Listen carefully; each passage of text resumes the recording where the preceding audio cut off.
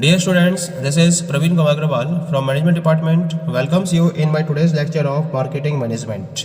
In today's lecture, we will discuss upon the topic Brand Positioning. जैसा कि कल के लेक्चर में हमने पोजिशनिंग के टॉपिक को डिस्कस किया था, उसके मीनिंग, उसके डेफिनेशन को डिस्कस किया था, ठीक है, उसकी इंपॉर्टेंस को डिस्कस किया था। आज के लेक्चर में टॉपिक डिस्कस करेंगे अबाउट द ब्रांड पोजिशनिंग। क्या डिफरेंस रहता है? प्रोडक्ट पोजिशनिंग एक वर्ड होता है प्रोडक्ट पोजिशनिंग और एक वर्ड होता है ब्रांड पोजिशनिंग। तो डिफरेंस क्या रहता है उसको समझने से पहले हम डिस्कस करेंगे ब्रांड पोजिशनिंग का मतलब क्या होता है। Brand positioning refers to target consumers reason to buy your brand in preference to others. It ensures that the brand activity has a common objective and is guided, directed and delivered by the brand's benefits and focused of all points of contact with the consumer. ये कुल मिला के market के अंदर बहुत सारे brands available है एक पर्टिकुलर प्रोडक्ट कैटेगरी के अंडर में। उन पर्टिकुलर ब्रांड्स में से कोई भी कंज्यूमर आपके ब्रांड को क्यों परचेज करे, इसको जस्टिफाई करने के लिए आप क्या करते हो, अपने ब्रांड की पोजीशनिंग को फोकस करते हो। क्वेश्चन क्लियर है? Why the consumer must purchase only your brand in preference to other brands, इसको जस्टिफाई करने के लिए ही आप ब्रांड पोजीशनिंग को फोकस करते हो।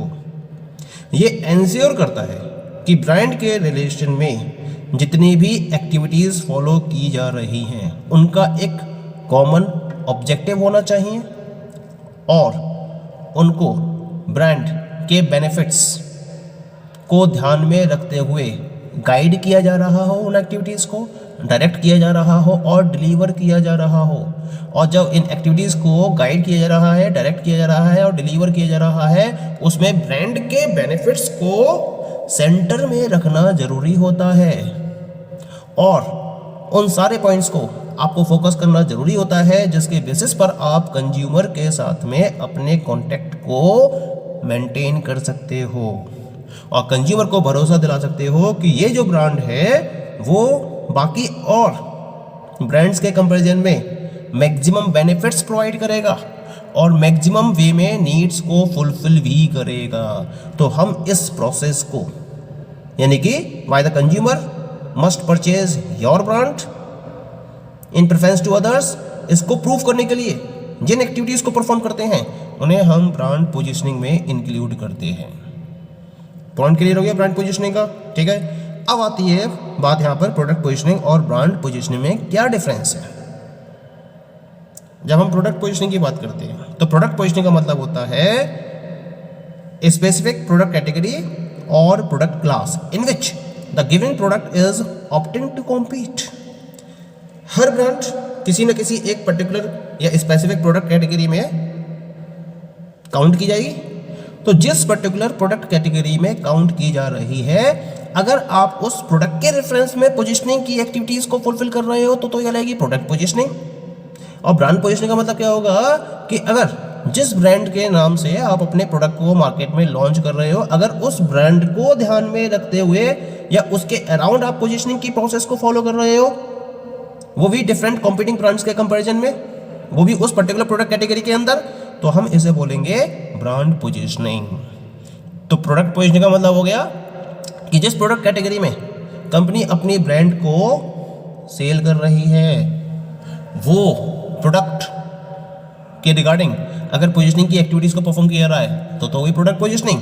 लेकिन अगर एक कंपनी अपनी पर्टिकुलर ब्रांड को बाकी कॉम्पिटिंग ब्रांड्स के कंपैरिजन में पोजीशनिंग की प्रोसेस को फॉलो कर रही है, वो भी उसी पर्टिकुलर प्रोडक्ट कैटेगरी के अंदर, तो ये कहलाएगी ब्रांड पोजीशनिंग।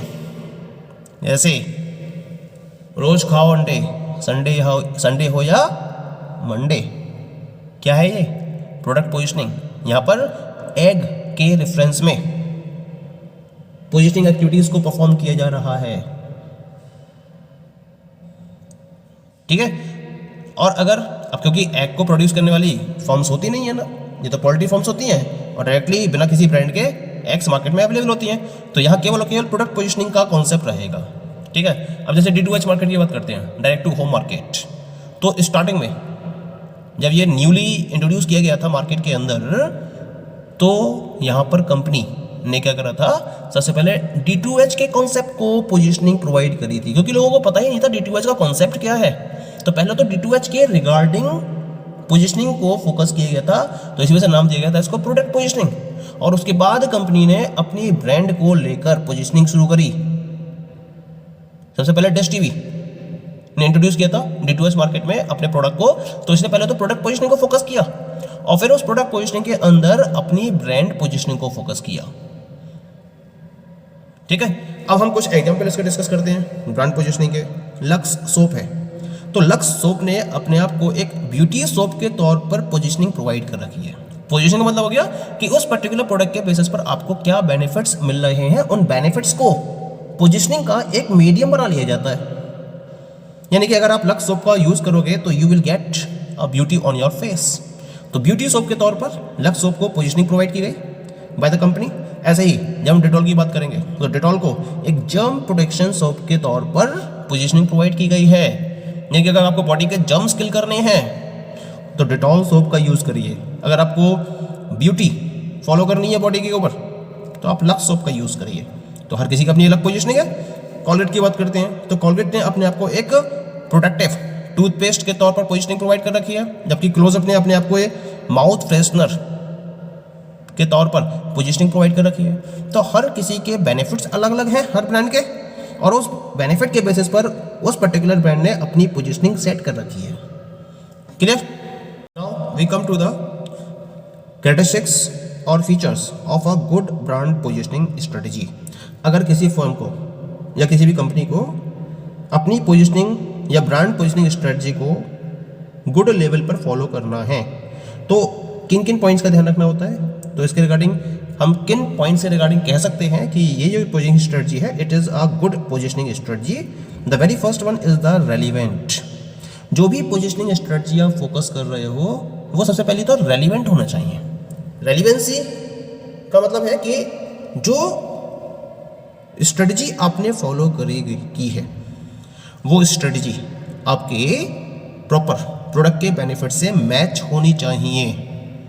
रेलिवेंस का मतलब है जो बेनिफिट आप प्रोवाइड कर रहे हो वही बेनिफिट्स आपको अपने पर्टिकुलर पोजीशनिंग के कॉन्सेप्ट में डिलीवर करने जरूरी हैं। जब तक मैच नहीं करेंगे बेनिफिट्स और पोजीशनिंग स्ट्रेटजी तब तक रेलिवेंसी क्रिएट नहीं होगी। रेलिवेंट के साथ साथ next one is the clear. The message must be clean and clear. कोई भी कंफ्यूजन नहीं होना चाहिए। यानी कि अगर आप अपने सोप को, जैसे मान लीजिए सोप कंपनी है कोई, अगर वो ब्यूटी सोप के तौर पर पोजीशनिंग फॉलो करना चाहती है तो ये क्लियर मैसेज उसके अंदर अवेलेबल होना चाहिए। और अगर जर्म प्रोटेक्शन के तौर पर पोजीशनिंग प्रोवाइड करना चाहती है तो इसके रिगार्डिंग मैसेज क्लियर होना चाहिए। तो जो आपके टारगेटेड ग्रुप ऑफ कंज्यूमर हैं और जिस उस particular targeted group of consumer की जिस नीड को आप फोकस कर रहे हो और उसके बेसिस पर जो बेनिफिट आप प्रोवाइड कर रहे हो वो क्लियर कट वे में आपको अपनी पोजीशनिंग स्ट्रेटजी में इंक्लूड करना जरूरी है। Third one is the unique most required characteristics. कोई ना कोई एक ऐसा यूनिक फीचर आपके पास अवेलेबल होना चाहिए जो आपके कॉम्पिटिटर से आपको अलग कर रहा हो, और उस यूनिक फीचर के बेसिस पर आपको अपने ब्रांड की पोजीशनिंग को एंश्योर करना होगा। तब जाकर आप अपने कॉम्पिटिटर से अपने ब्रांड को डिफरेंशिएट कर पाएंगे और कस्टमर के माइंड में एक अलग लोकस, एक अलग प्लेस सेट कर पाएंगे। तो यूनिकनेस होनी बहुत जरूरी है। Fourth one is the desirable. Customer के पॉइंट ऑफ व्यू से जो पोजीशन स्ट्रेटजी है आपकी वो डिजायरेबल होनी चाहिए।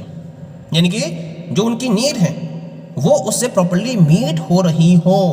कंज्यूमर को वो डिजायर्ड होनी चाहिए।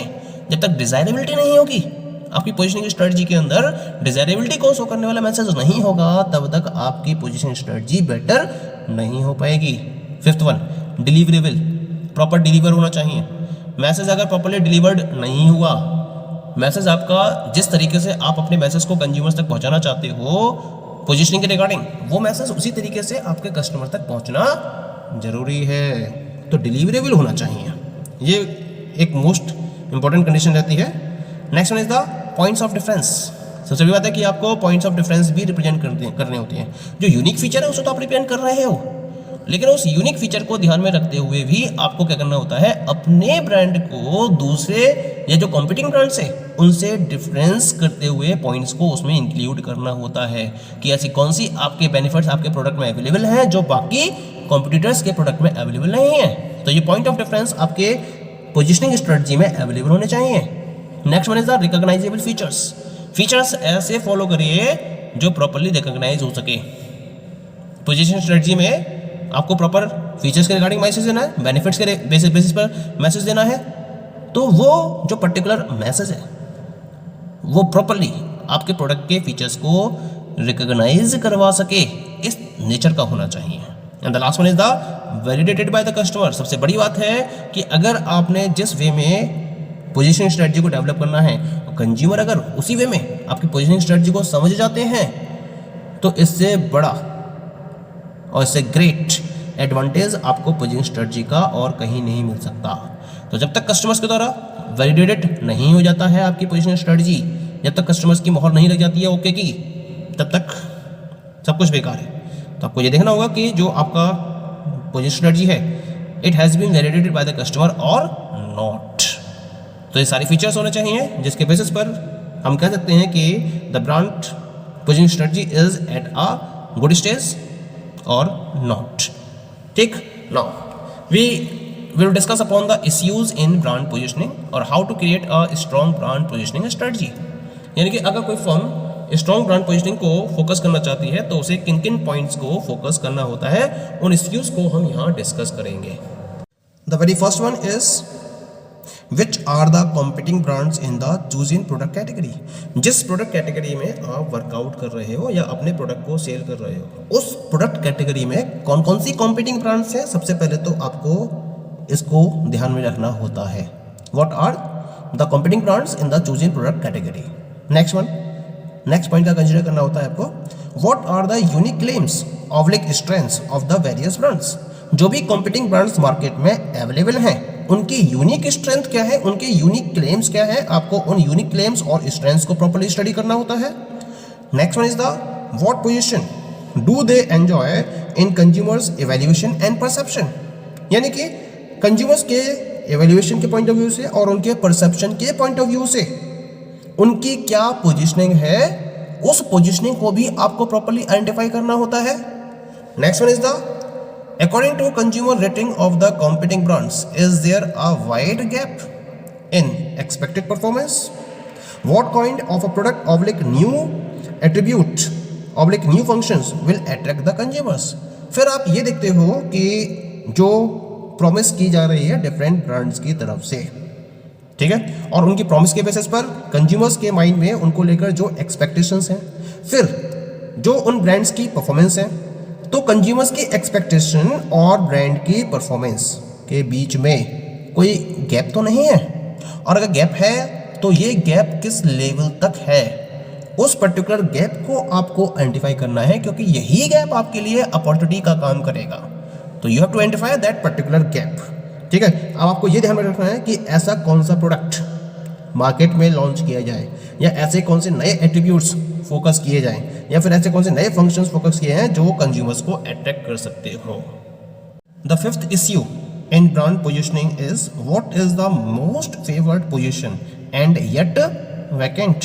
इसके बाद कंपनी को या फर्म को ये देखना है कि ऐसी कौन सी पोजीशन है जो मोस्ट फेवर्ड है और जिस पर अभी तक किसी ने अपना कब्जा नहीं किया है, यानी कि वो अभी तक खाली है, आपको ये भी देखना होता है, ठीक है। And the last issue, can the new brand claim the needed distinction and take the position and satisfy that need.